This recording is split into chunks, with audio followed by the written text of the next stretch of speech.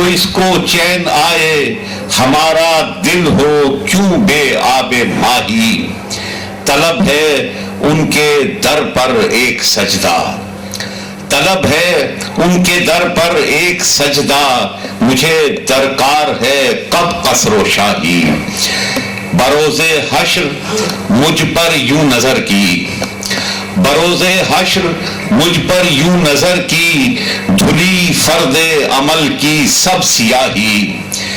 اور شعر قابل توجہ ہے کہ شفاعت حشر میں ہے دید تیری، شفاعت حشر میں ہے دید تیری، تجھے دیکھے گی کب کافر نگاہی، شفاعت حشر میں ہے دید تیری، تجھے دیکھے گی کب کافر نگاہی، برائے عرش تک ہے تیری شاہی، توئی مولا توئی عالم پناہی۔ ایک سلام کے چند اشعار۔ دل کی دھڑکن کا میری ایک ہی عنواں ہے حسین، دل کی دھڑکن کا میری ایک ہی عنواں ہے حسین، میری خواہش میرا دارو میرا درماں ہے حسین، میری خواہش میرا دارو میرا درماں ہے حسین، ظلم کی تیرگی دنیا سے مٹانے کے لیے، ظلم کی تیرگی دنیا سے مٹانے کے لیے، عدل و انصاف کا ایک مہر درخشاں ہے حسین، عدل و انصاف کا ایک مہر درخشاں ہے حسین، حق کو باطل سے جدا کر کے دکھا دیتا ہے، حق کو باطل سے جدا کر کے دکھا دیتا ہے، دین مرسل کا بنایا ہوا فرقاں ہے حسین، دین مرسل کا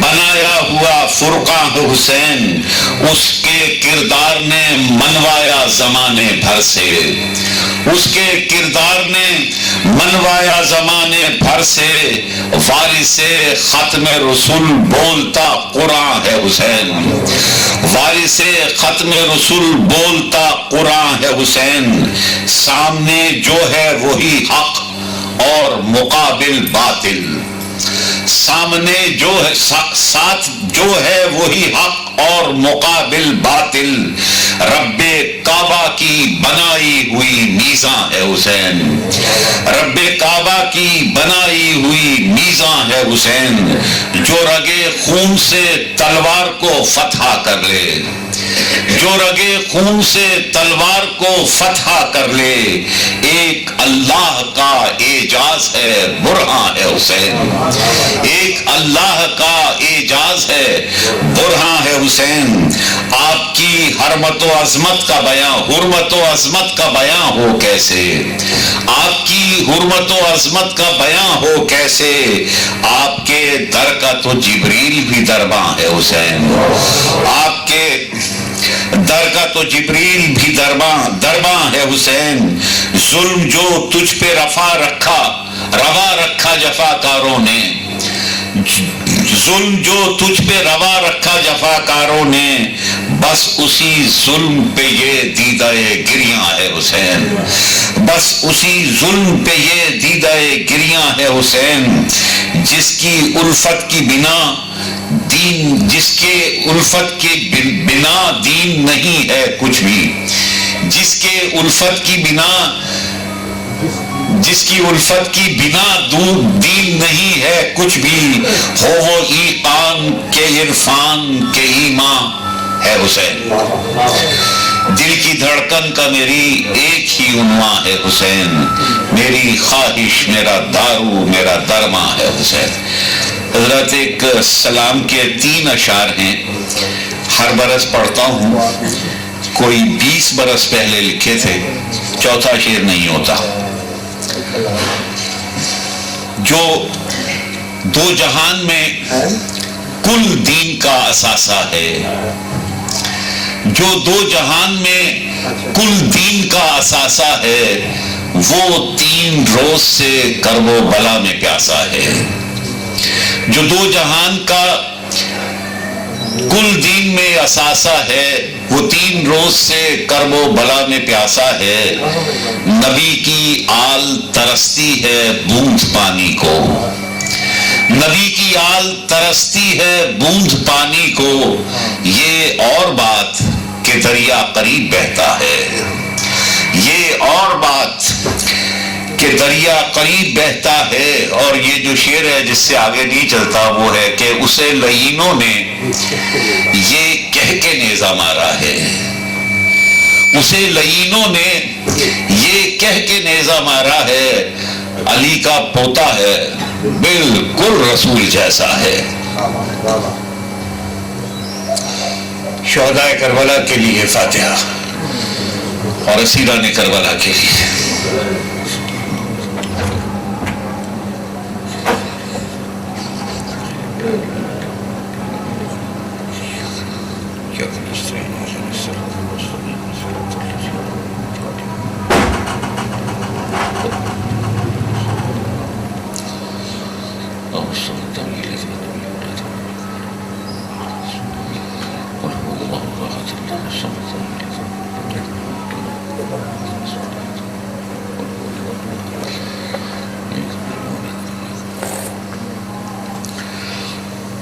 اعوذ باللہ من الشیطان اللعین الرجیم، بسم اللہ الرحمن الرحیم، الحمد للہ رب العالمین، والصلاة والسلام علی صاحب التاج والمعراج والبراق والعلم، دافع البلاء والوباء والقحط والمرض والعلم، اسمہ مکتوب مرفوع مشفوع منقوش فی اللوح والقلم، سید العرب والعجم، جسمہ مقدس معطر مطہر منور فی البیت والحرم، شمس الضحیٰ بدر الدجا صدر العلا نور الہدا کیف الورا مصباح الظلم، جمیل الشیم شفیع الامم صاحب جود والکرم، واللہ عاصمہ وجبریل خادمہ والبراق مرکبہ والمعراج سفرہ وسدرۃ المنتہی مقامہ، وقاب قوسین مطلوبہ والمطلوب مقصودہ والمقصود موجودہ، سید المرسلین خاتم النبیین شفیع المذنبین انیس الغریبین رحمۃ للعالمین راحت العاشقین مراد المشتاقین، شمس العارفین سراج السالکین مصباح المقربین، محب الفقراء والغرباء والمساکین، سید الثقلین نبی الحرمین امام القبلتین وسیلتنا فی الدارین، صاحب قاب قوسین، محبوب رب المشرقین و رب المغربین، جد الحسن والحسین، مولانا و مولا الثقلین نبی القاسم محمد وآلہ الطیبین الطاہرین المعصومین، اما بعد فقد قال اللہ سبحانہ فی کتاب المبین وہو اصدق الصادقین، بسم اللہ الرحمن الرحیم، انا آتیناک الکوثر فصل لربک وانحر انا شانئک هو الابتر، صدق اللہ العظیم۔ حضرات گرامی، میں نے قرآن مجید کی سورہ کوثر جو قرآن مجید کی مختصر ترین سورت ہے اس کی تلاوت کا شرف حاصل کیا ہے، اور یہ وہ ان سورتوں میں سے ہے جو ہم میں سے کم و بیش سب کو یہ زبانی یاد ہے، اور اس کا کم و بیش ترجمہ بھی ہم جانتے ہی ہیں۔ وہ ترجمہ یوں ہے کہ ہم نے بے شک ہم نے آپ کو کوثر عطا کی، سو آپ نماز پڑھیے اور قربانی دیجیے۔ مطلب یہ ایک ترجمہ ہے، بے شک آپ کا دشمن بے نام و نشان رہے گا۔ اس سورہ مبارکہ کے حوالے سے بہت سی باتیں ہیں جو پیش کرنی۔ سب سے اہم بات یہ ہے کہ اللہ یہ فرما رہا ہے کہ ہم نے آپ کو کوثر عطا کر دی۔ اس پر بحث ہے پوری کہ کوثر سے مراد کیا ہے، سو اس پر ابھی ہم کچھ بات کریں گے۔ مختصراً پہلے یہ سمجھ لیجئے کہ ایک تو جنت میں کوثر نام کا ایک حوض بھی ہے. تو حضور صلی اللہ علیہ وآلہ وسلم کے القاب میں سے ایک لقب ساقی کوثر بھی ہے. دوسرے لغت کے اعتبار سے یہ کہا جاتا ہے کہ ہر شے کثرت کے ساتھ، ہر نعمت کثرت کے ساتھ جو ہے وہ عطا کر دی گئی. اس کے ایک معنی یہ ہے، خیر اس پر اب یہ بات کریں گے. دوسری اہم بات اس میں یہ ہے کہ عموماً یہ ہوتا ہے کہ ہم کوئی عمل کرتے ہیں، اس کے نتیجے میں ہمیں چیزیں عطا ہوتی ہیں. اس آیت میں جو یہ الفاظ آ رہے ہیں ان کی ترتیب ہی عجیب ہے. اللہ فرما رہا ہے عطا کر دیا، اب آپ عبادت کیجئے، اب آپ قربانی دیجئے. ابھی مجھے لفظ کوثر پر گفتگو کرنی ہے اور لفظ عبادت پر. یہ فصلے کا مطلب ہم کرتے ہیں، کچھ لوگوں نے، علماء کرام نے اس کا ترجمہ کیا ہے نماز پڑھو. تو ٹھیک ہے، قرآن مجید میں یہ لفظ جو ہے صلاۃ کا لفظ یہ دو معنوں میں آیا ہے. ایک معنی ہے اس کے نماز کے اور ایک معنی ہے اس کے درود کے. تو لفظ ایک ہے، معانی دو ہیں. ایک بارگاہ الہی کے لیے ہے نماز اور کسی کے لیے نہیں ہے، اور ایک بارگاہ رسالت کے لیے ہے درود. اور لفظ ایک ہے، معانی دو ہیں. کبھی اس کے معنی نماز ہوتے ہیں اور کبھی اس کے معنی درود ہوتے ہیں. قرآن مجید کی آیات کے حوالے نہیں دے رہا، یہ سب آپ لوگ جانتے ہیں کہ دو باتیں، کہ لفظ ایک ہے، معانی دو ہیں. حضور کے لیے ہو تو درود ہے اور اللہ کے لیے ہو تو نماز ہے. اور اس میں اگر ہم سوچنا شروع کریں تو یہ ہے کہ اللہ تعالیٰ کہاں ہے؟ ہر جگہ ہے. لیکن ہر وقت نماز پڑھنے کی اجازت نہیں ہے. کچھ اوقات ہیں کہ سجدہ عبادت حرام قرار دے دیا گیا. وہ جو ہمہ وقت ہے، وہ جو ہر جگہ ہے، اس کی عبادت کے لیے کچھ وقت ممنوع ہے کہ اس وقت نہیں کرنی. اور وہ جو حضور صلی اللہ علیہ وسلم کی ذات ہے اس کے لیے ممنوع نہیں ہے کہ جب چاہو پڑھ لو. کوئی وقت زوال کا ہو یا سورج کے طلوع ہونے کا ہو، سورج کے غروب ہونے کا ہو، کوئی پہر ہو، دن کا، رات کا، کوئی جگہ ہو، درود شریف سے آپ کو کہیں نہیں روکا گیا. کیوں نہیں روکا گیا؟ اگر روک دے تو وہ جو ہر جگہ ہے وہ خود پڑھ رہا ہے اور ہر وقت پڑھ رہا ہے. لہذا درود کو ایک یہ فضیلت حاصل ہے کہ اسے ہر جگہ ہر مقام پر پڑھا جا سکتا ہے. حضور صلی اللہ علیہ وآلہ وسلم کی بارگاہ کی شے ہے، اس کے لیے پابندی نہیں ہے. البتہ اللہ کے لیے جو عبادت ہے اس کے لیے کچھ پابندیاں ہیں کہ فلاں اوقات میں سجدہ نہیں کرنا، سوال کے وقت میں نہیں کرنا، سورج طلوع ہو رہا ہو تو نہیں کرنا، غروب ہو رہا ہو تو نہیں کرنا، وغیرہ وغیرہ. ایک بات. دوسری اہم بات یہ ہے کہ صاحب درود میں نماز نہیں ہے، نماز میں درود ہے. یہ بہت بنیادی سی بات ہے. درود میں نماز نہیں ہے اور نماز میں درود ہے. بغیر درود کے نماز نہیں ہوتی. اور بلکہ جیسے نماز پڑھی جاتی ہے تو اس میں ہوتا کیا ہے کہ آپ نے 2 رکعت پڑھی اور درود ایک بار پڑھا، 3 رکعت پڑھی اور درود ایک بار پڑھا، 4 رکعت پڑھی، درود ایک بار پڑھا، اور جہاں درود پڑھا وہاں نماز مکمل ہو گئی. احساس ہوتا ہے کہ کہیں نماز درود پڑھوانے کا بہانہ تو نہیں، کہ جہاں آپ نے درود مکمل کیا وہاں نماز مکمل ہو گئی. باقی مطلب فقہی معاملہ یوں ہے کہ وہ جو دعا آپ بعد میں پڑھتے ہیں، سلام پھیرتے ہیں، وہ نماز کا حصہ نہیں ہے. نماز وہاں مکمل ہو گئی. جہاں درود مکمل ہوا نماز مکمل ہو گئی. تو درود، نماز میں درود شامل ہے، درود میں نماز شامل نہیں ہے. لفظ ایک ہے، معانی 2 ہیں. ادھر تعلق ہو جائے تو یہ، ادھر تعلق ہو جائے تو یہ. اور اس کے معنی یوں ہیں، ایک معنی اس کے یہ ہیں کہ ہم اللہ کے کتنے قریب جا سکتے ہیں. اتنے قریب جا سکتے ہیں کہ اسے سجدہ کر لے. لہذا حضور صلی اللہ علیہ وآلہ وسلم نے ارشاد فرمایا کہ نماز مومن کی معراج ہے. تو معراج مل جاتی ہے ہمیں نماز میں.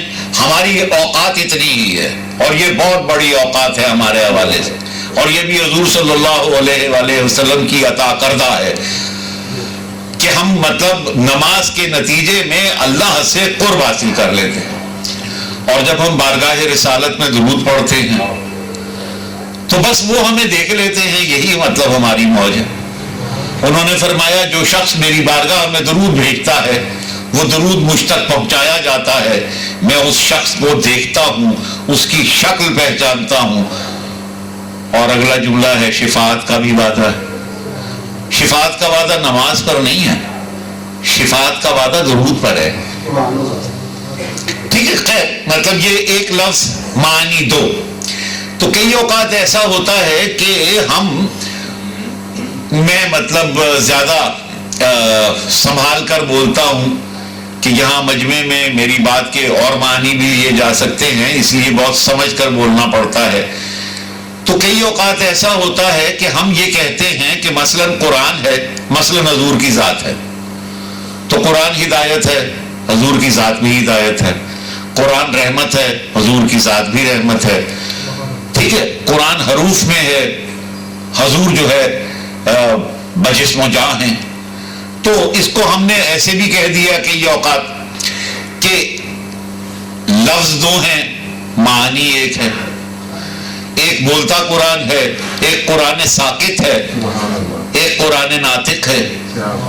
ٹھیک ہے نا, لیکن یہ بات درست نہیں ہے. رسول اللہ صلی اللہ علیہ وسلم قرآن کے محتاج نہیں, قرآن رسول کا محتاج ہے. حضور فرمائیں گے تو وہ قرآن بنے گا. ان کی زبان اقدس سے ایک بات ارشاد ہوتی چلی جاتی ہے اور وہ نہ کہیں کہ یہ قرآن ہے تو وہ قرآن نہیں ہے, اور اگر وہ کہہ دیں کہ یہ قرآن ہے تو وہ قرآن ہے. لہذا حضور صلی اللہ علیہ وآلہ وسلم کی ذات اقدس جو ہے وہ قرآن سے افضل ہے. قرآن ان کا محتاج ہے, وہ قرآن کے محتاج نہیں ہے. وہ رسول جب قرآن نازل نہیں ہوا تھا تو بھی رسول تھے اور امام الرسول تھے, اور قرآن نازل ہو گیا تو بھی وہ ایسے ہی. اور قرآن کیا ہے؟ قرآن تو میرے نزدیک ایسے ہے کہ اللہ نے ایک اس کی ترتیب وہ ہے کہ جو نزول فرمایا حضرت جبریل امین مختلف 23 برس میں مختلف اوقات میں مختلف آیات لے کر بارگاہ رسالت صلی اللہ علیہ وآلہ وسلم میں حاضر ہوتے رہے. اور ایک قرآن وہ ہے جو قرآن فرماتا ہے کہ ہم نے قلب رسول صلی اللہ علیہ وآلہ وسلم پر یک بارگی نازل کر دیا. تو ایک تو وہ قرآن ہے جو نازل ہو گیا. اب یہ جو 23 برس میں نازل ہوا یہ کیا ہے؟ ظاہر ہے یہ بھی وہی قرآن ہے, لیکن یہ ہے کہ حضور صلی اللہ علیہ وآلہ وسلم منظر میں دکھا دیتے ہیں کہ اچھا اللہ تعالیٰ فلاں والی آیت نازل فرما دے, اب یہ منظر ہے, اب فلاں والی آیت نازل فرما دے. تو ان کے منظر بنانے کے نتیجے میں اس منظر سے متعلق آیات نازل ہوتی رہتی ہیں. خیر صاحب, حضور صلی اللہ علیہ وآلہ وسلم کی ذات وہ ذات ہے کہ انہوں نے سب کچھ ہونے کے بعد اپنے آپ کو یہ نہیں کہا کہ میں ایمان میں اس میں سب سے ظاہر سب چیزوں میں سب سے بڑے, لیکن اپنا تعارف جب ہمیں کروایا تو فرمایا کہ انا مدینۃ العلم وعلی بابھا, کہ میں علم کا شہر ہوں اور اس کا دروازہ حضرت علی ہے. خیر فی الحال ہم اس موضوع پر بات نہیں کر رہے, صرف یہ عرض کرنا چاہ رہا ہوں کہ حضور صلی اللہ علیہ وآلہ وسلم نے اپنے آپ کو علم کا شہر کیوں کہا؟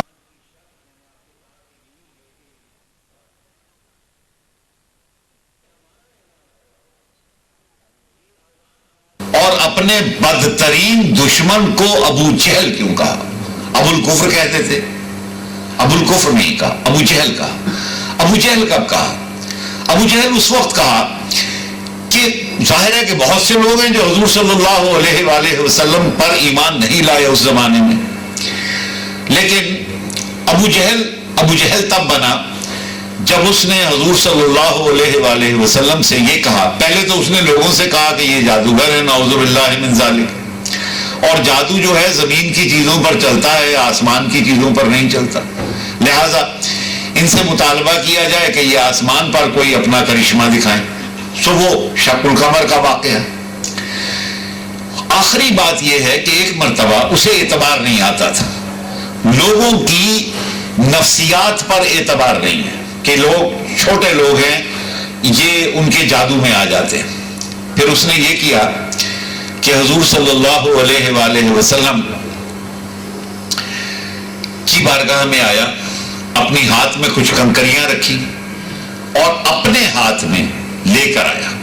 یاد رکھیے گا کہ ابو الحکم اس کا نام ہے معاشرے میں، اور حضور صلی اللہ علیہ وآلہ وسلم سے اس نے آ کر دریافت کیا کہ اگر آپ یہ بتا دیں کہ میرے ہاتھ میں کیا ہے تو میں ایمان لے آؤں گا. اب اسے اپنے اوپر اعتماد ہے کہ یہ میرا جو کفر کا ہاتھ ہے اس میں جادو نہیں ہو سکتا. حضور صلی اللہ علیہ وآلہ وسلم نے ارشاد فرمایا کہ میں بتاؤں تیرے ہاتھ میں کیا ہے یا تیرے ہاتھ میں جو ہے وہ بتائے کہ میں کون ہوں. تو اس کے ہاتھ میں سے آواز آئی کہ ہم گواہی دیتے ہیں یا رسول اللہ صلی اللہ علیہ وسلم کہ آپ اللہ کے رسول ہیں، اور ہم کنکریاں ہیں اور ہم تعداد میں 7 ہیں. اس نے اپنا ہاتھ جھٹکا اور پھر بھی جب نہیں مانا. مبادیات یہ ہے کہ آدمی کا اگر عمل اس کے علم کے مطابق نہ ہو تو وہ کیا ہے؟ جاہل ہے. اس کی نسبت کدھر بن جائے گی؟ ابو جہل سے بن جائے گی. اچھا صاحب، وہ ایک بات اور، یہ جو اسلام اور کفر کے جھگڑے ہیں بہت اصل سے ہیں. بارگاہ رسالت صلی اللہ علیہ وآلہ وسلم میں کچھ قریش کے سردار حاضر ہوئے تھے اور انہوں نے آ کر یہ کہا تھا کہ ہم ساری باتیں مان لیتے ہیں، اللہ کو بھی مان لیتے ہیں، آپ کو بھی رسول مان لیتے ہیں، ایک بات آپ ہماری نہ مانیں. اور وہ بات کیا ہے؟ وہ یہ ہے کہ غلام کو ساتھ نہ بٹھایا کرے. یہ جو طبقات ہیں ان کو قائم رکھے تو ہم آپ کے ساتھ دے دیتے. حضور صلی اللہ علیہ وآلہ وسلم نے اس بات کو پسند نہیں فرمایا. اب اسلام کس چیز کا نام ہو گیا؟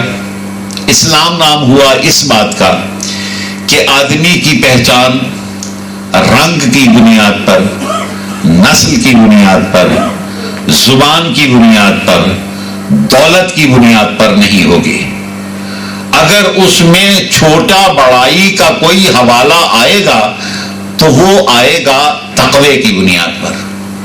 یہ سرکار مدینہ صلی اللہ علیہ وآلہ وسلم نے بہت واضح اور وضاحت کے ساتھ صاف لفظوں میں آخری خطبے میں بھی ارشاد فرما دیا کہ تقوی کی بنیاد پر درجات ہوں گے اور کسی بنیاد پر درجات نہیں ہوں گے.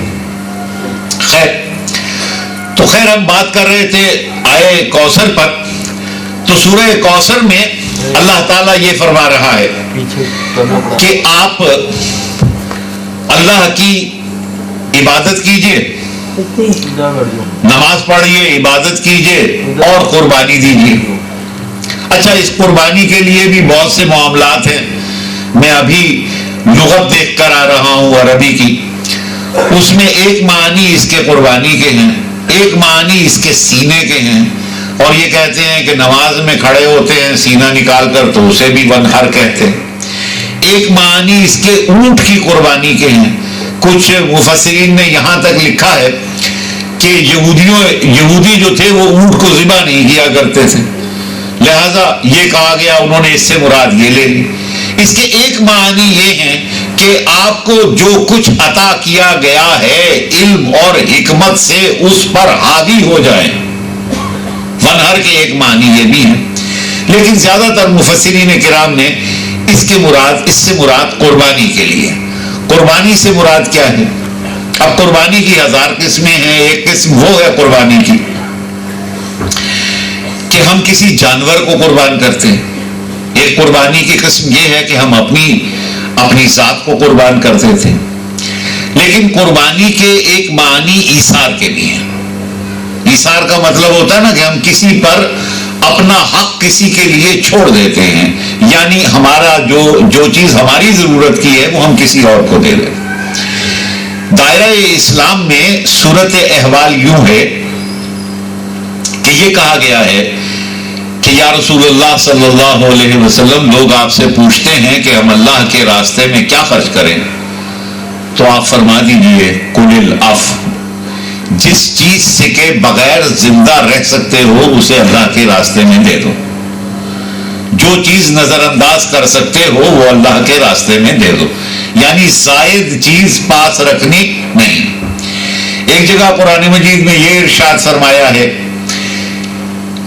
مومنین کے لیے کہ اتنا دو کہ اپنے لیے تھوڑا سا رکھ لو اپنی ضرورت کے لیے. لیکن سورہ دہر میں ایک آیت ہے، اور وہ آیت یوں ہے کہ حضور صلی اللہ علیہ وآلہ وسلم ایک مرتبہ اپنی صاحبزادی جناب سیدہ کے گھر تشریف لے گئے اور دیکھا کہ امام حسین علیہ السلام اور امام حسن مجتبی علیہ السلام بیمار ہیں.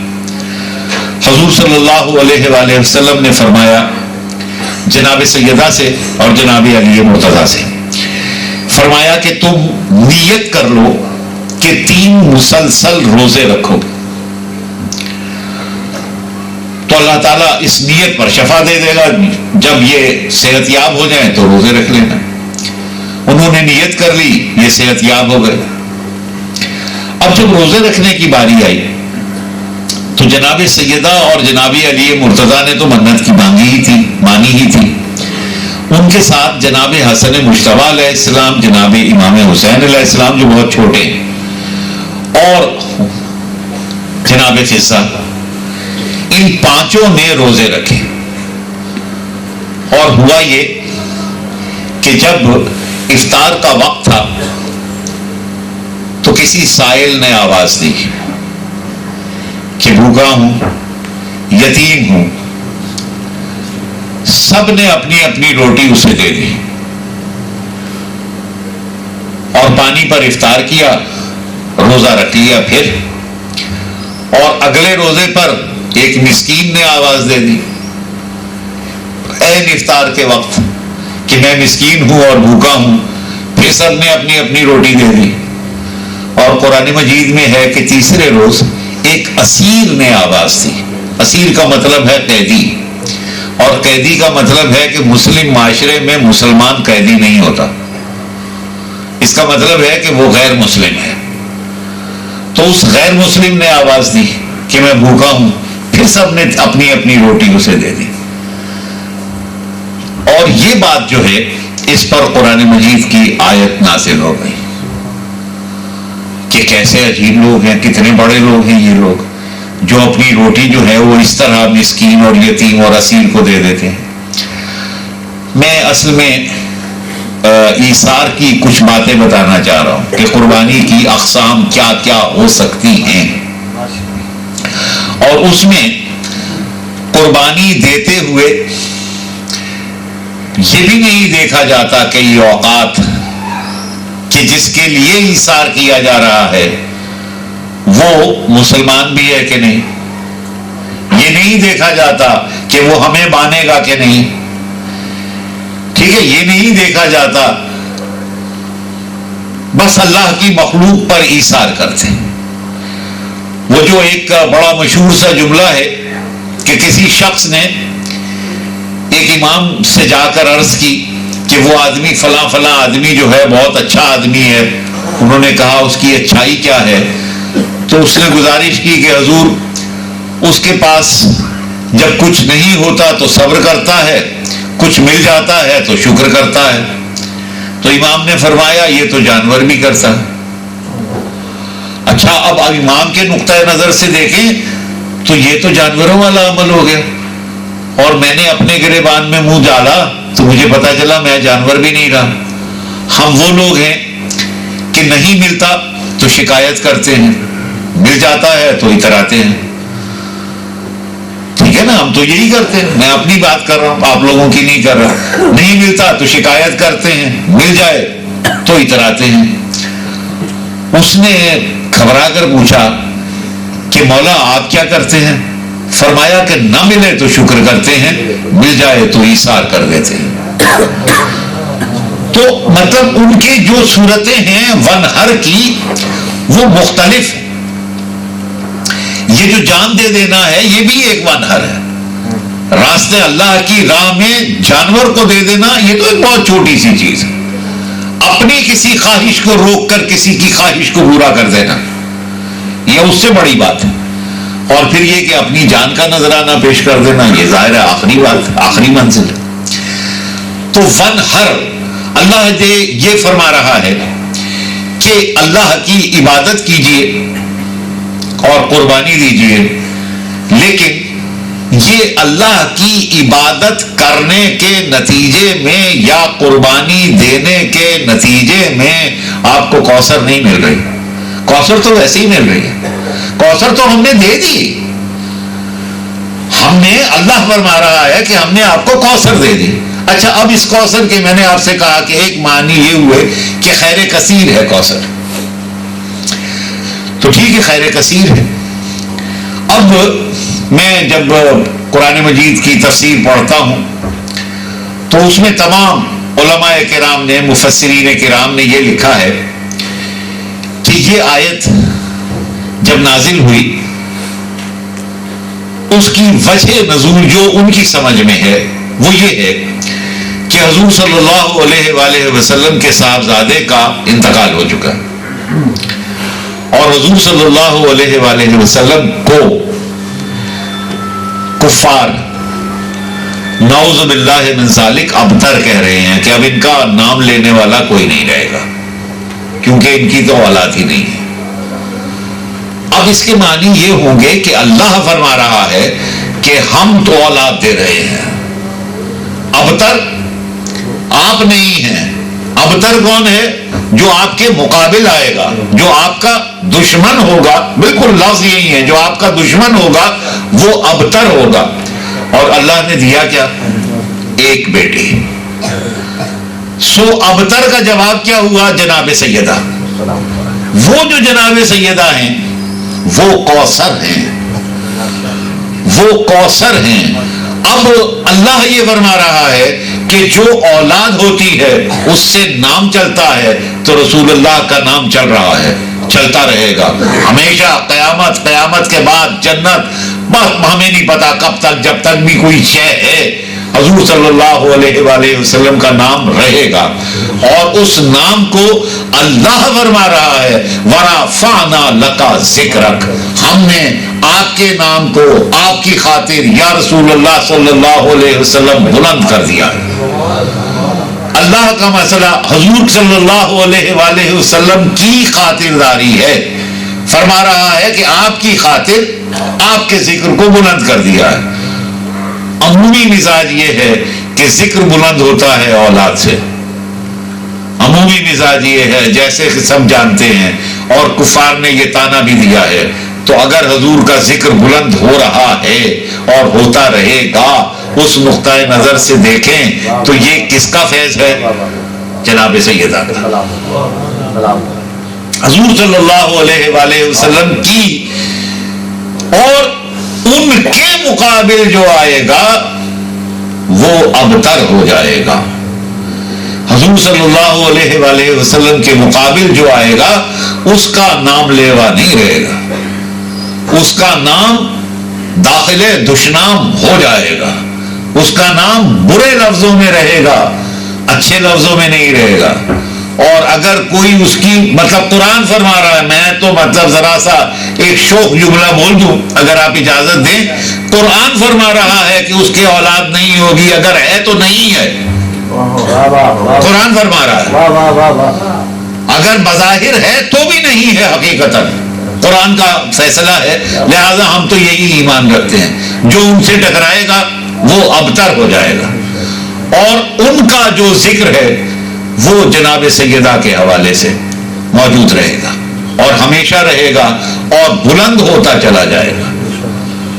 یہ عالم جو ہے نا، اب ایک منزل عجیب آ گئی کہ جناب سیدہ حضور صلی اللہ علیہ وآلہ وسلم کے ذکر کو کیسے بلند کرتی ہیں۔ جناب سیدہ کی 3 حیثیتیں ہیں۔ علامہ اقبال نے بھی یہی کہا ہے کہ حضرت عیسیٰ حضرت مریم مجھے ایک نسبت سے عزیز ہیں کہ وہ حضرت عیسیٰ کی والدہ ہے، اور جناب سیدہ مجھے 3 نسبتوں سے محترم ہیں۔ ایک یہ حضور صلی اللہ علیہ وآلہ وسلم کی صاحبزادی، ایک یہ کہ بانوئے آن تاجدار مرتضیٰ اور علی مرتضیٰ کرم اللہ وجہہ کی زوجہ محترمہ ہیں، اور تیسرے یہ کہ حسنین کریمین کی والدہ ہے۔ ٹھیک ہے، 3 حیثیتیں، 3 نسبتیں، 3 حیثیتیں۔ اب میں آپ سے کہوں کہ حضور صلی اللہ علیہ وآلہ وسلم کے ذکر کو تو بلند رہنا ہے، انہیں تو ایک طرف رکھیے، باقی رہ گئی 2 حیثیتیں۔ جناب علی مرتضیٰ نے جو کچھ کیا وہ جناب سیدہ کے حوالے سے بھی دیکھا جا سکتا ہے، اور جناب حسنین کریمین نے جو کچھ کیا وہ بھی ان کی والدہ کے کھاتے میں آ سکتا ہے۔ تو اب دیکھیے کہ حضور صلی اللہ علیہ وآلہ وسلم کا نام نامی ان 3 افراد کی وجہ سے نہیں ہے، بہت ہے۔ تو حضور صلی اللہ علیہ وآلہ وسلم کا نام رہنا، اللہ نے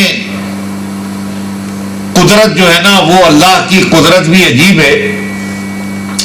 حضور صلی اللہ علیہ وآلہ وسلم کی بارگاہ کے لیے وہ اصول بھی بدلتا ہے، اس بارگاہ کے لیے اس کے معاملات مختلف ہو جاتے ہیں، اچھے اور برے دونوں معنوں میں۔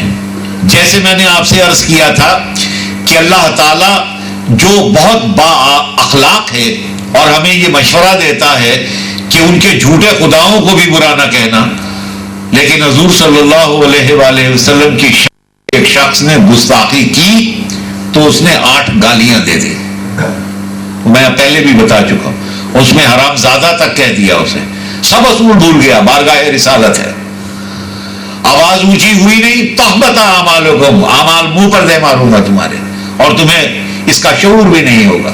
بارگاہ رسالت کا معاملہ آتا ہے تو اللہ کی اصول اور ہو جاتے ہیں، اللہ کے معاملات اور ہو جاتے ہیں، یہ اس کی محبت کے تقاضے ہیں، یہ اس تعلق کا تقاضا ہے۔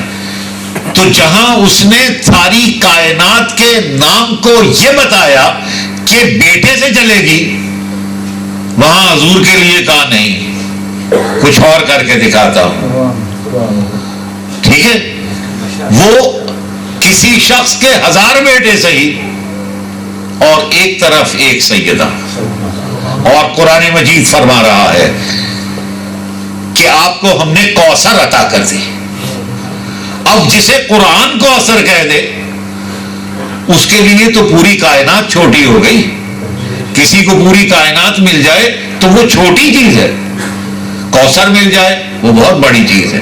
اور اللہ جو ہے، یہ آپ دیکھیے کہ اللہ تعالیٰ جو ہے کس شان سے، کس نعت سے فرما رہا ہے کہ ہم نے آپ کو کوثر عطا کی ہے۔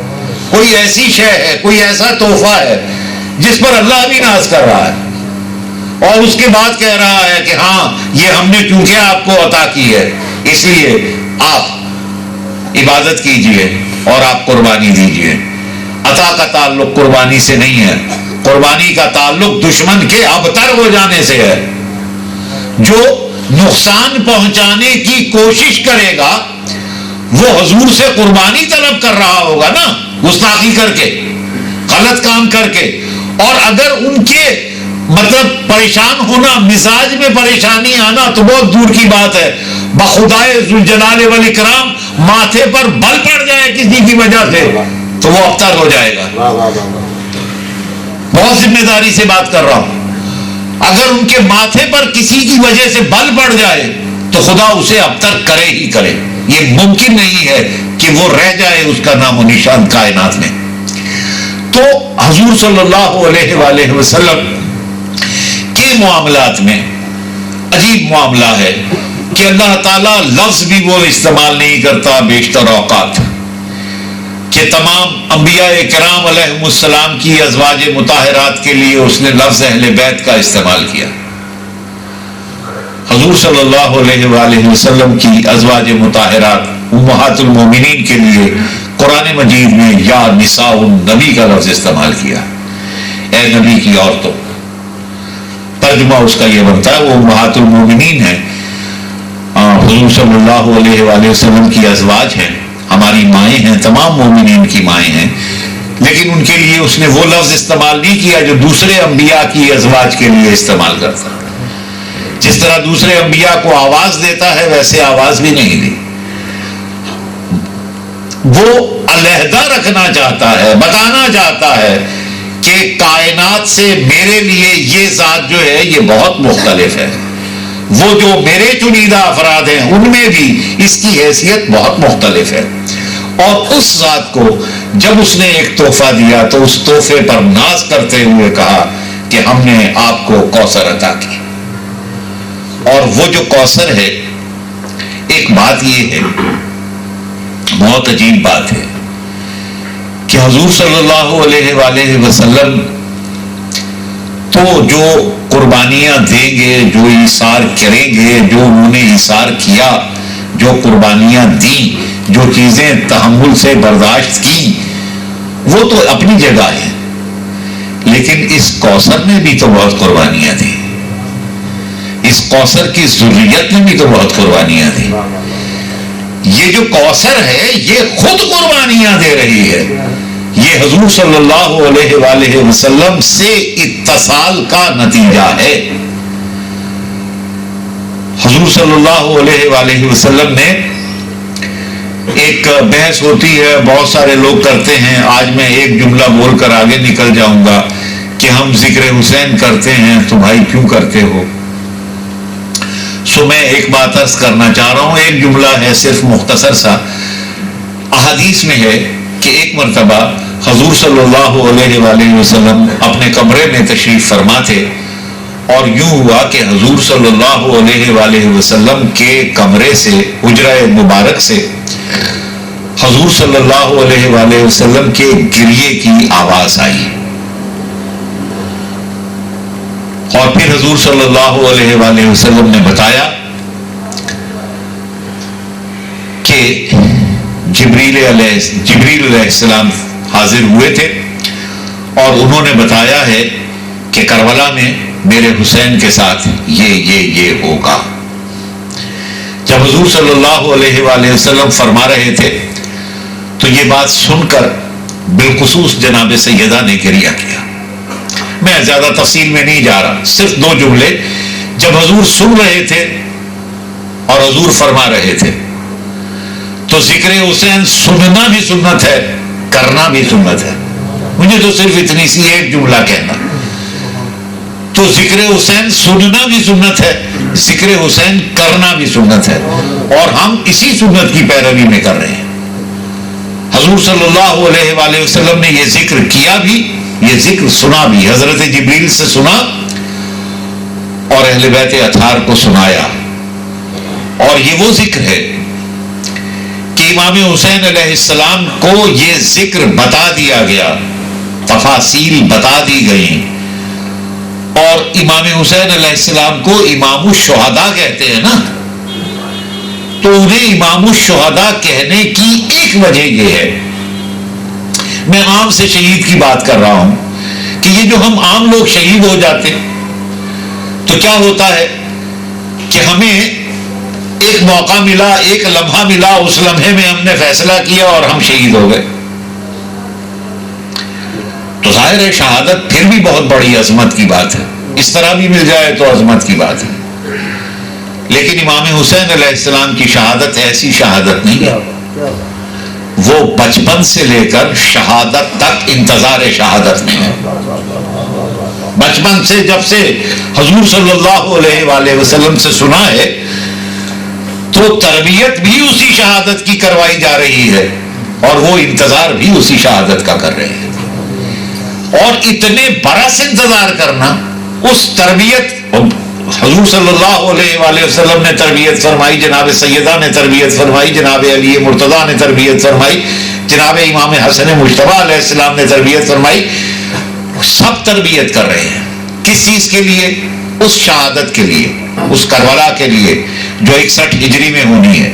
اور امام علی مقام اس شہادت کی تیاری کر رہے ہیں, اس شہادت کا انتظار کر رہے ہیں. اور کون ہے ایسا شہید کائنات میں جس نے اتنا وقت انتظار میں گزارا؟ کون ہے ایسا جس نے اتنا وقت اس تربیت میں گزارا ہو؟ اس لیے انہیں امام الشہداء کہا جاتا ہے. یہ مطلب بہت عقلی سی بات ہے, چھوٹی بات نہیں ہے کہ یہ بچپن میں معلوم ہے, بچپن سے معلوم ہے, ہر ایک کو معلوم ہے, اور وہ انتظار ہو رہا ہے, اس سے فرار نہیں ہے. وعدہ ہے کہ ہاں یہ پورا کرنا ہے کام, اور یہ بھی معلوم ہے کہ رونے والا نہیں ہوگا, یہ بھی معلوم ہے کہ رونے نہیں دیا جائے گا, یہ بھی معلوم ہے, سب کچھ معلوم ہے, سب کچھ معلوم ہے. اس کو کہتے ہیں تحمل, اس کو کہتے ہیں برداشت. اگر وہ چاہیں تو اس کو بدل بھی سکتے ہیں, اس بات پر وہ قادر ہیں کہ اس کو بدل دیں, لیکن کیسے بدل دیں؟ حضور صلی اللہ علیہ وسلم نے فرمایا ہے سو اسے پورا ہونا ہے. کوئی بھی حضرت امام حسین علیہ السلام کے بارے میں یہ جملہ آتا ہے تاریخ میں کہ جب بیعت کا مطالبہ کیا گیا ہے تو امام حسین علیہ السلام نے فرمایا کہ اگر دین میرے خون سے بچتا ہے تو تلواروں آؤ اور میرے گلے کو قطع کر دو.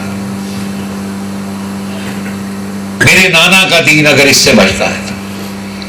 امام علی مقام جو ہیں, اب یہ ایثار کی کیفیات دیکھتے چلے جائیے کہ امام حسین علیہ السلام مدینہ منورہ چھوڑ رہے ہیں. مدینہ منورہ اگر آدمی سیاسی ہو تو مطلب وہاں گھر ہے, وہاں جاننے والے زیادہ ہیں, وہاں زیادہ محفوظ ہیں, اور اس شہر کو ویسے ہی مطلب ظاہر ہے کہ محفوظ شہر ہے وہ آج بھی تمام کائنات کے لیے, مسلمانوں کے لیے. لیکن امام حسین علیہ السلام اسے وہاں سے رخصت ہو رہے ہیں, اور رخصت ہونے کی ایک وجہ یہ بنتی ہے کہ یزید نے 3 برس حکمرانی کی. پہلے برس امام حسین علیہ السلام کی اور ان کے ساتھیوں کی شہادت ہے, واقعہ کربلا ہے. دوسرے برس مدینہ منورہ پر حملہ ہے. تیسرے برس مکہ مکرمہ پر حملہ ہے. کیونکہ 2 اور افراد ہیں جنہوں نے بیعت سے انکار کر لیا ہے, انہوں نے بھی کیا بیعت سے انکار. ایک نے پناہ مدینے میں لی, ایک نے پناہ مکے میں لی, لہذا مدینے پر حملہ ہوا, مدینے کی بے حرمتی کی گئی. امام حسین نہیں چاہتے کہ وہ کسی حوالے سے اس بے حرمتی کا سبب بنے. مدینہ منورہ چھوڑ دیا, مدینہ منورہ چھوڑ کر مکہ مکرمہ تشریف لائے, مکہ مکرمہ بھی چھوڑ دیا. اور ذرا سی سخت بات ہے, اجازت دیں تو کہہ دوں, سخت بات یہ ہے کہ 9 ذی الحج کو 8 سال حج کو عمرے میں بدلا ہے حج کو, اب تشریف لے گئے. اور یہ وہ دن ہے کہ جسے حج کرنا ہے وہ مکے پہنچ گیا ہے. لوگوں کو حج عزیز ہے, امام عزیز نہیں ہے. کتنے لوگ ہیں جو ساتھ چلے ہیں؟ تاریخ ہے. آج ہم امام حسین علیہ السلام کو یاد کر رہے ہیں, لیکن یہ بہت خوفناک بات ہے کہ جتنے حاجیوں نے حج کرنا تھا وہ پہنچ گئے ہیں, اور امام اعلان کر کے چل رہے ہیں کہ میں حج نہیں کر رہا. میں نے آپ سے کل کہا تھا نا کہ حجر اسود کو ماننا بہت آسان ہے, اہل بیت کو ماننا بہت مشکل ہے. وہ حاجی جو اس برس حج کر رہے ہیں, امام کو چھوڑ کر حج کر رہے ہیں, میں نہیں کہتا کہ ان کے بارے میں میں اپنی زبان کو خاموش رکھتا ہوں، آپ اپنے دلوں سے پوچھ لیجیے۔ تو امام عالی مقام اعلان کر کے کہ میں کوفے کو جا رہا ہوں، میں یہاں سے جا رہا ہوں، میں اس مرتبہ حج کو عمرے سے بدل کر جا رہا ہوں، تشریف لے گئے۔ اور تمام کائنات میں سے کتنے افراد ساتھ ہیں؟ 71۔ ایک شخص کو تو خط لکھ کر بلایا ہے، جناب حبیب ابن مظاہر کو تو خط لکھ کر بلایا ہے، اور پوری کائنات میں جناب حبیب ابن مظاہر کا مرتبہ یہ ہے کہ وہ واحد ذات ہے کائنات میں جسے امام علی مقام نے خود بلایا ہے، واحد ذات ہے، اور بچپن کا دوست ہے، واحد ذات ہے جسے بلایا، ورنہ کسے بلاتے؟ اور بلانے کے بعد کائنات کو بتا رہے ہیں، معلوم ہے کوئی نہیں جائے گا، چراغ بجھا رہے ہیں، بہانے بتا رہے ہیں، طریقے بتا رہے ہیں جانے کے، تاریخ گواہ رہے کہ ان میں سے کوئی زبردستی نہیں ہے، یہ سب با اختیار ہیں۔ یہ اگر شہادتیں اپنی پیش کرنے کے لیے آئے ہیں تو یہ اختیار کے ساتھ آئے ہیں، کسی طرح کا جبر نہیں ہے۔ ایک رات کی مہلت بھی اس بات کی دلیل بنتی ہے کہ سوچنے کے لیے سوچ لو، دونوں اطراف کے لوگوں، جو اس طرف ہیں وہ بھی سوچ لیں، جو اس طرف ہیں وہ بھی سوچ لیں کہ ہمیں شہادت پیش کرنی ہے، اپنی جان قربان کرنی ہے تو کرنی ہے کہ نہیں کرنی، اور وہ سوچ لیں کہ کن کی جان لینی ہے۔ اب یہ اضطراری عمل نہیں رہ گیا، یہ بہت سوچا سمجھا عمل ہے، دونوں اطراف سے بہت سوچا سمجھا عمل ہے۔ دونوں کا فیصلہ جو ہے وہ اطمینان سے، ٹھنڈے مزاج سے، 24 گھنٹے سے زیادہ سوچ کر کیا جا رہا ہے۔ اب کسی قسم کی التجا معافی کی ہو نہیں سکتی کہ یزیدی فرد کا، لشکر کا کوئی فرد یہ کہے کہ میں نے تو، مجھے پتہ نہیں چلا تھا، جلدی میں نے یہ کر لیا، نہ، سوچنے کا موقع دیا گیا ہے۔ اب تم اپنے عمل کے ذمہ دار، اور اس ذمہ داری کے نتیجے میں دنیا لینا چاہتے ہو لو، اور آخرت لینا چاہتے ہو تو لو، دامن رسول حاصل کرنا چاہتے ہو تو لو، اور یزید ابلیس کے دامن سے وابستہ ہونا چاہتے ہو تو ہو، یہ تمہارا اختیار ہے۔ اور دونوں اطراف کے لوگوں نے یہ اپنا اختیار استعمال کیا ہے۔ اس طرف کے لوگ آج بھی نازاں ہیں کہ ہم نے یہ اختیار استعمال کیا، اس طرف کے لوگ بس کچھ لمحوں کے بعد نازاں نہ رہ سکے، اور ظاہر ہے کہ نازاں کیسے رہیں گے؟ قرآن نے جو کہا ہے کہ ابتر ہو گئے، قرآن نے جب ابتر کہہ دیا تو وہ تو ابتر ہو گئے، تو وہ ابتر ہو گئے۔ اور امام حسین علیہ السلام نے ایک ایک ساتھی کا لاشا اٹھایا ہے، ہر ساتھی کا لاشا اٹھایا ہے۔ کربلا میں ایک عالم کہا کرتے تھے کہ زندہ رہنا مشکل ہے، مرنا آسان ہے۔ جو مر گیا اس کی مشکل آسان ہو گئی، اور جو زندہ رہا اس کی مشکل قائم ہے۔ اور یہ جو کربلا ہے اس میں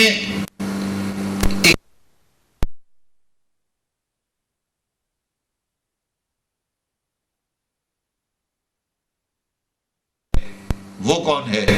وہ خود امام حسین علیہ السلام کی ذات ہے۔ ہر لاشا اٹھاتے ہیں اور اللہ سے کہتے ہیں کہ مالک اس قربانی کو قبول فرما، اور بڑی مشکل بات ہوتی ہے۔ امام حسین علیہ السلام نے جب حور اپنے بیٹے کے لاشے پر گئے تھے تو امام علی مقام پہلے پہنچے ہوئے تھے حور سے، تو اس نے کہا کہ مولا آپ یہ کیا کرتے ہیں؟ تو آپ نے فرمایا تھا کہ حور جوان بیٹے کا لاشا باپ سے نہیں اٹھواتے، میں تمہاری مدد کے لیے آیا ہوں۔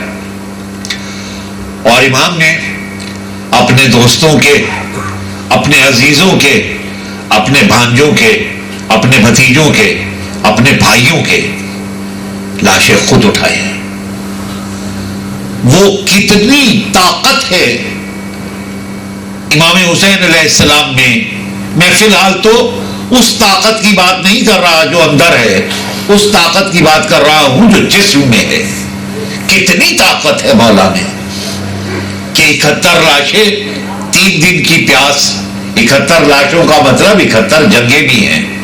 لاشا ایسے ہی نہیں اٹھایا جاتا، لاشا اٹھانے کے لیے جنگ کرنی پڑتی ہے. اور امام علی مقام کے بارے میں یہ کہا جاتا ہے، جو تاریخ کی کتابوں میں یہ بھی لکھا ہے کہ آپ گھوڑے پر جاتے تھے اور چھپ کر لاشا اٹھا لیتے تھے. ایک ہاتھ سے لاشے کو اٹھا لینے کے لیے کتنی طاقت چاہیے. تاریخ تو نہیں بتاتی کہ امام حسین علیہ السلام میں کتنی طاقت تھی. طاقت کا ذکر تو جناب عباس کے لیے آتا، لیکن یہ وہ ہستیاں ہیں کہ طاقت ان میں بے شمار ہے. اظہار اس وقت ہوتا ہے جب ضرورت پڑتی ہے، ہر وقت نہیں ہوتا اظہار. جب ضرورت ہوتی ہے تب اظہار ہوتا ہے. علم بے شمار ہے، علم کا اظہار اس وقت ہوتا ہے جب علم کا سوال ہی آتا ہے. تو یہ وہ ذاتیں ہیں امام علی مقام جو ہیں، ان کی کیفیت یہ سب سے زیادہ تھکاوٹ، سب سے زیادہ ایثار، سب سے زیادہ برداشت امام حسین علیہ السلام کی ہے کربلا میں. کسی کی نہیں ہے مقابل میں، کسی کی مقابل میں نہیں ہے. اور امام حسین علیہ السلام نے اپنے ہر ساتھی کو رخصت کیا، اور اس کے بعد جب اس نے آخری سلام پیش کیا یا مدد کے لیے پکارا گھوڑے سے زمین پر آتے ہوئے، تو امام فوراً پہنچے. اس میں بحث نہیں ہے کہ کس کے لیے نہیں پہنچے، کوئی نہیں کہہ سکتا. غلام کے لیے بھی اسی طرح پہنچے، انصار کے لیے بھی اسی طرح پہنچے، کوفیوں کے لیے بھی اسی طرح پہنچے، عزیزوں کے لیے بھی اسی طرح پہنچے. کیونکہ وہاں پر پہچان یہ نہیں ہے کہ یہ کس قبیلے سے ہے، پہچان یہ ہے کہ یہ حسینی ہے، پہچان یہ ہے کہ یہ مسلمان ہے، پہچان یہ ہے کہ یہ رسول اللہ صلی اللہ علیہ وسلم کو ماننے والا ہے. صرف یہی پہچان ہے اور کوئی پہچان نہیں ہے. لیکن امام نے ایک ہستی کو، ہر ہستی کو اس کے مزاج، اس کے مرتبے کے مطابق رخصت کیا. لیکن ایک رخصت ایسی ہے جس پر تاریخ کی کتابوں میں لکھا ہے کہ امام حسین علیہ السلام نے اپنے صاحبزادے حضرت علی اکبر کو رخصت کیا. میں تفصیل میں نہیں جاتا، صرف ایک بات ہے، ایک جملہ ہے جو مستند جملہ ہے کہ امام حسین علیہ، آپ کو میں بتا چکا ہوں، کل بھی بتا چکا ہوں کہ، اور آپ کو ویسے بھی یہ علم ہے کہ حضرت علی اکبر وہ ذات ہے جو اپنے پیر کے ناخنوں سے لے کر سر کے بالوں تک حضور صلی اللہ علیہ وآلہ وسلم سے شباہت رکھتے، اسی لیے انہیں شبیہ رسول کہا جاتا ہے. اور بہت سے صحابہ کرام ایسے ہیں کہ جب حضرت علی اکبر جوان ہوئے ہیں تو وہ صحابہ کرام جو زندہ تھے وہ امام حسین علیہ السلام کے پاس آیا کرتے تھے اور کہتے تھے رسول اللہ صلی اللہ علیہ وسلم بہت یاد آ رہے تھے، اس لیے ہم آپ کے بیٹے کو دیکھنے آئے. یہ جناب علی اکبر کی ذات ہے. جناب علی اکبر کو جب رخصت کیا تو ایک جملہ ہے کہ بیٹا جہاں تک ممکن ہو پیچھے مڑ کر دیکھتے رہنا. امام حسین علیہ السلام کی محبت کیا جناب علی اکبر سے زیادہ ہے؟ اس کے جواب ہاں میں بھی ہو سکتا ہے، لیکن جناب علی اصغر بھی تو بیٹے ہیں اور ان کی عمر کا تقاضا ہے کہ ان سے محبت بہت شدید ہے. خیر میں اس بحث میں نہیں پڑھ رہا. جناب علی اکبر کے لیے یہ جو احترام ہے یہ شاید بیٹے کا احترام نہیں ہے، یہ شباہت کا احترام ہے. امام حسین علیہ السلام یہ چاہتے ہیں کہ زیادہ سے زیادہ دیر تک اس کی زیارت کرتے رہیں. یہ فرمایا ہے کہ جب ہم تمہیں دیکھا کرتے تھے جب نانا یاد آیا کرتے تھے، اور اس بیٹے کو مرنے کی اجازت دے رہے ہیں، جنگ کی اجازت دے رہے ہیں، اس جنگ کی جس کا فیصلہ معلوم ہے۔ گویا جو اجازت لینے آتا ہے وہ مرنے کی اجازت لینے آتا ہے، جو اجازت لینے آتا ہے وہ دنیا سے رخصت کی اجازت لینے آتا ہے۔ جناب علی اکبر امام حسین علیہ السلام سے رخصت ہو کر تشریف لے گئے۔ مجھ سے مسائل پڑھے ہی نہیں جاتے، میں کیا کہوں۔ جناب علی اکبر نے امام حسین علیہ السلام کو مدد کے لیے نہیں پکارا، بلکہ جب گھوڑے سے زمین پر آ رہے ہیں تو صرف فرمایا کہ بابا میرا آخری سلام قبول کیجیے۔ امام حسین علیہ السلام جو اپنے ہر ساتھی کے لیے جاتے تھے، جو اپنے ہر انصار کے لیے جاتے تھے، جو اپنے بھائیوں، بیٹوں، بھتیجوں، بھانجوں کے لیے گئے ہیں، وہ اپنے اس بیٹے کے لیے کیسے گئے ہوں گے؟ اپنے چشم تخیل سے صرف سوچ لیجئے، میرے پاس لفظ نہیں ہے، مختصر کر رہا ہوں اور یہ کہتا ہوں کہ امام حسین علیہ السلام جناب علی اکبر کے لاشے کو لے کر خیمے میں آ گئے، اور ایک واقعہ یہ ہے کہ ایک شخص نے امام زین العابدین علیہ السلام سے پوچھا تھا کہ آپ کی خواتین میں سے ایک خاتون وہ تھی جس نے سرخ رنگ کی چادر اوڑھی ہوئی تھی۔ چادریں تو انہوں نے سب کی چین لی تھی، کہتے ایک خاتون وہ تھی جس نے سرخ رنگ کی چادر اوڑھی ہوئی تھی، وہ کون تھی؟ جناب علی اکبر نے کہا، جناب زین العابدین علیہ السلام نے فرمایا کہ وہ میری پھپھو زینب ہے، لیکن وہ چادر سفید تھی، خون علی اکبر سے سرخ ہو گئی تھی۔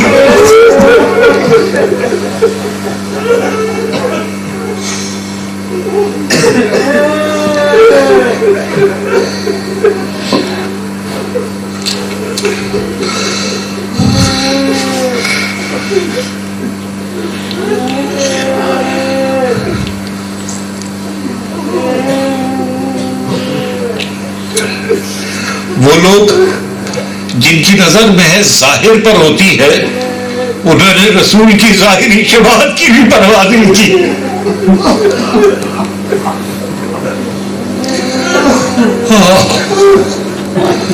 اللہم صلی علی سیدنا و مولانا محمد وعلی آل سیدنا و مولانا محمد وبارک وسلم۔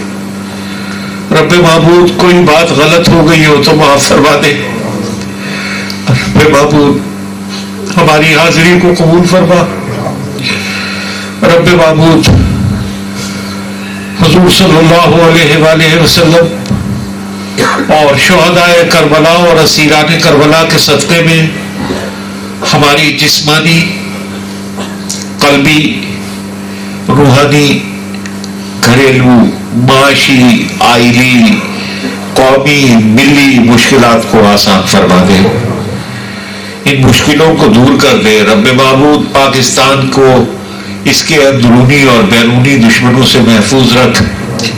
رب معبود ہماری زبانوں کو حضور صلی اللہ علیہ وآلہ وسلم اور ان کے اہل بیت کے اذکار سے معطر رکھ۔ رب معبود ہمارے قلوب کو آباد رکھ ان کی یادوں سے۔ رب معبود غم حسین کے سوا کوئی غم نہ دینا۔ اللہم صلی علی سیدنا و مولانا محمد وعلی آل سیدنا و مولانا محمد وبارک وسلم۔